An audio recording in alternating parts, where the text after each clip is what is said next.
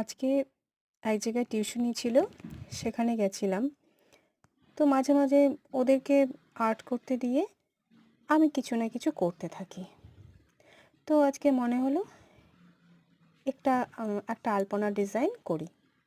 তো ওই বসে বসে করছিলাম, স্টুডেন্টদের সঙ্গে কথাও বলছিলাম, মাঝে মাঝে ওদেরকে দেখিয়ে দিচ্ছিলাম, আর নিজেও একটু একটু করে করছিলাম। তো এই দেখো, পেন দিয়েই সমস্তটা করেছি। তোমাদের ভালো লাগলে তোমরা জানাবে, কমেন্ট করবে।